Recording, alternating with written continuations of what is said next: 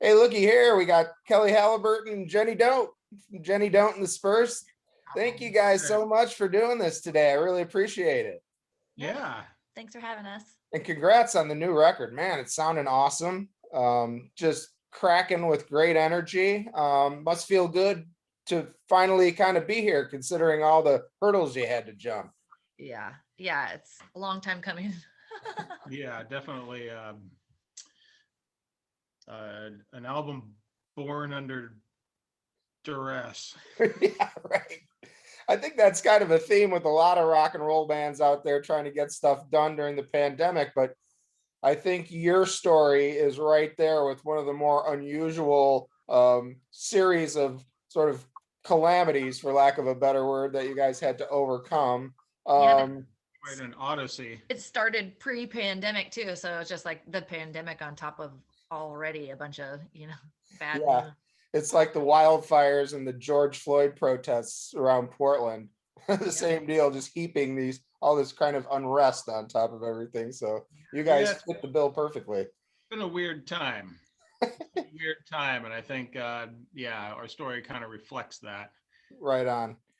Kelly, I read in an interview where you mentioned that maybe the original tapes, the recordings, some of that which was lost, maybe lacked a little bit of the energy or cohesiveness that, once the songs were a little more road tested and you came back and did them, that they had a lot more life and a lot more of, maybe what they were supposed to become. Maybe you could talk a little bit about that. Well, it's always kind of the case where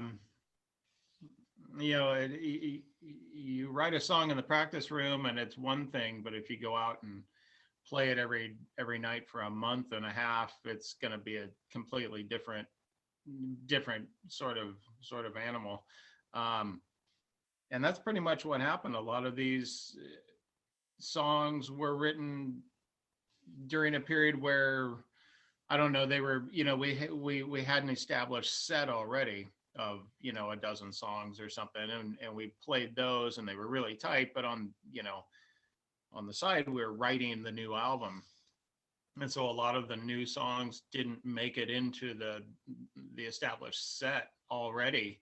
So, we ended up recording them, and some of them at that time had never been played live.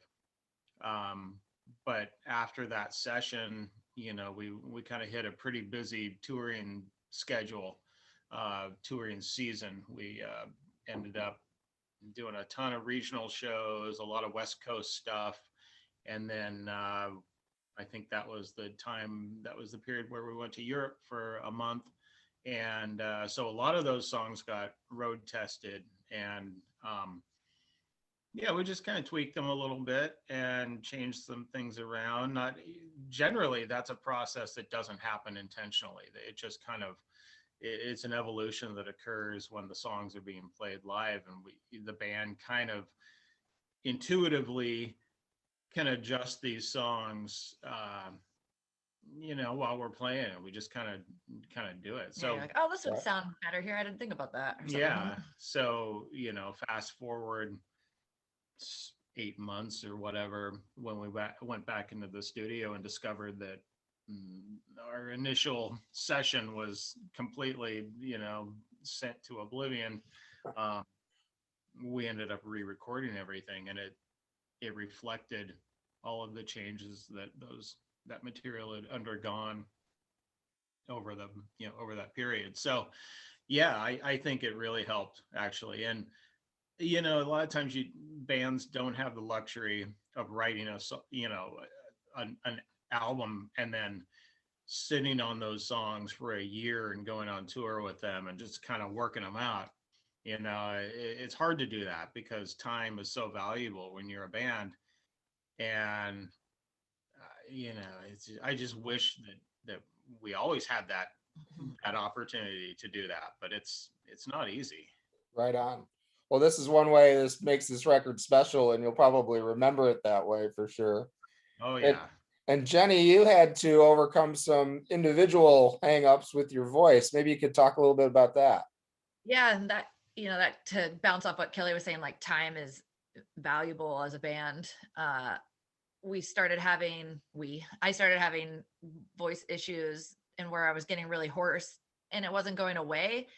And it was like about a year before the recording or the tour started and everything. And I was like, oh man, I think it's just because I'm working too much, because I was working 2 jobs. I was bartending from like 1 p.m. to 8 p.m. and then going to another like nightclub where I was bartending from 8:30 to like 4 in the morning and just talking all the time. And I mean, if you know me, you know, I talk a lot.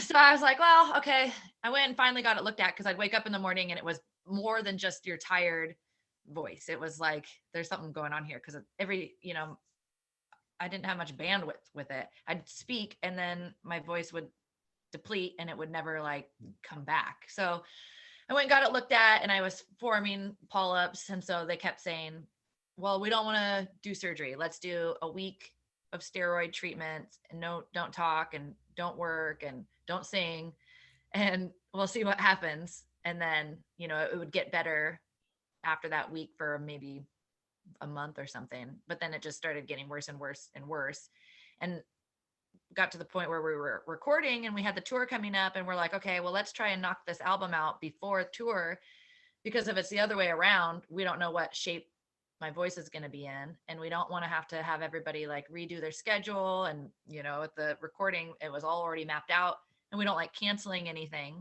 because people are busy. And when you get stuff put on the calendar, especially recording or touring, if you change it, you're looking at maybe 6 months later. You can't just change it for the next week or something. So we went to record, and then it was just bad. It was Kelly, we hadn't recorded with John yet in the studio, and him and Junie were engineering, and we didn't have that relationship yet where they could have said like, you don't sound very good. And they weren't familiar with how we should sound. For somebody, for us in the band, we're so used to Jenny sounding a certain way that if it sounds a little off, we pick up on that. And so Kelly was just like, it's one thing limping through shows, it's live, it's buzzy, everybody's crazy, you don't really notice it, but when there's a microphone plugged right up, you catch every nuance. And it was just getting bad. And he's like, because we were kind of like, well, let's just knock this album out. If it's not as good as it could be, whatever, we'll write another album and we'll move on. But it was beyond that. And so and I think having to re-record after was a blessing in disguise too, because I think the first run doesn't have as much energy as this one does, because it was reflective of how I was feeling also, because like not being able to talk, you don't really think about it, that it would affect everything else, because I sounded really tired. And so like, it made me feel tired. And, and so we're like writing these songs, and I was just exhausted feeling, and like, oh my God, we have to sing 10 songs. It was like, at that point, I was like, I could barely sing one. So like, okay, trying to whistle the parts to everybody, and just wasn't portraying the way we could. We have I don't know if the light is changing, but we have a cat that's in the window, like playing with the blinds, playing with the curtains, trying to get our attention. Mood lighting designer. Yeah. Very cool. But yeah, so it's it's good to, can you get her out of there? It's have had the chance to have the second go around with it, because everybody was more comfortable. And the guys were funny too, like when I told them that we had to record again. No one was disappointed. Nobody was very happy with that first run, just because you guys could tell, couldn't you? Yeah, everybody could tell. And so I told, had to make the call to the guys. And I remember Christopher was cracking me up, because I was like, hey, I have some news for you. You're not going to be stoked, but the system crashed and we have to re-record the album, all the parts again, not just the vocals. And he's like, oh man. Yeah, it was a crazy time. And, on a personal level, it was kind of scary. You don't want the doctor to tell you that you've got something going on in your throat. And we were just happy that it turned out to be something relatively benign. It wasn't like a cancer or something weird. It just, and it's funny. It's like, well, it's not funny, but it's interesting, not to name names, but a lot of people kind of came out of the woodwork, and they confided in us that, hey, they, God, we had the same thing, Wow. and so Interesting. they were giving Jenny advice, and it was cool. It just showed that she wasn't alone, and that other people had gone through that. So that was good. And the most important thing was these other people had gone through it, and they'd recovered, and their voices sounded great. Yeah, that was huge, because that's what other thing too. We're like, oh man, we're just signed on with Fluff and Gravy. We're trying to record, and then that wrench got thrown in. I was like, Yeah. John, I'm really sorry. We're already through this, but I have to do the surgery. Like we're trying to get it through to not have to reschedule and keep everything on track. But obviously, we have no other choice. And so the surgery was fine, but it was like a 12-week recovery, which I wish I kind of had just done that in the first place. Right, sure. Well, all this stuff that happens, it can either break up your band or it could pull you closer together. I'm wondering, for folks who don't know, the Spurs are a 4-piece with Sam, the drummer, and Christopher, the guitar player, along with Kelly and Jenny, and it's Chili, the mascot. and your lighting designer. Tell me, how are you guys feeling as a group? Because I know a lot on your plate going forward. Is it just feeling great to get back together? I know you played last week in town. Yeah, I mean, it's been the core lineup of me and Jenny and Sam since the beginning. So, and we've, in this incarnation, we've all been playing with each other for, I don't know, 10, 12 years, pretty much. Right. And, Christopher jumped on board about 4 or 5 years ago. So, no one's got any surprises for anyone else at this point. Okay. And I feel like, it just gets better, and it's been great. And everyone likes to be on the road as much as Jenny and I do. So, we're just looking forward to being active again and getting out there. Well, and that was the thing with the surgery too. Like I was really, really stressed because we had a bunch of momentum. Like that year we had just gone to, got the surgery, started recording again, and then went to Iceland for some shows, and we had all this stuff lined up. And so everybody was super excited. And then I'm like, hey, oh no, I'm turned around. Either way, pandemic shut everything down. I was thinking that my surgery shut that down stuff. The pandemic shut that stuff down. We had a European tour. We had just recovered from the surgery, and we were ready to get going again. And then, well, no, I was going to say though, when we did the surgery and we had to do the, put everything on hold, post that stuff, whatever.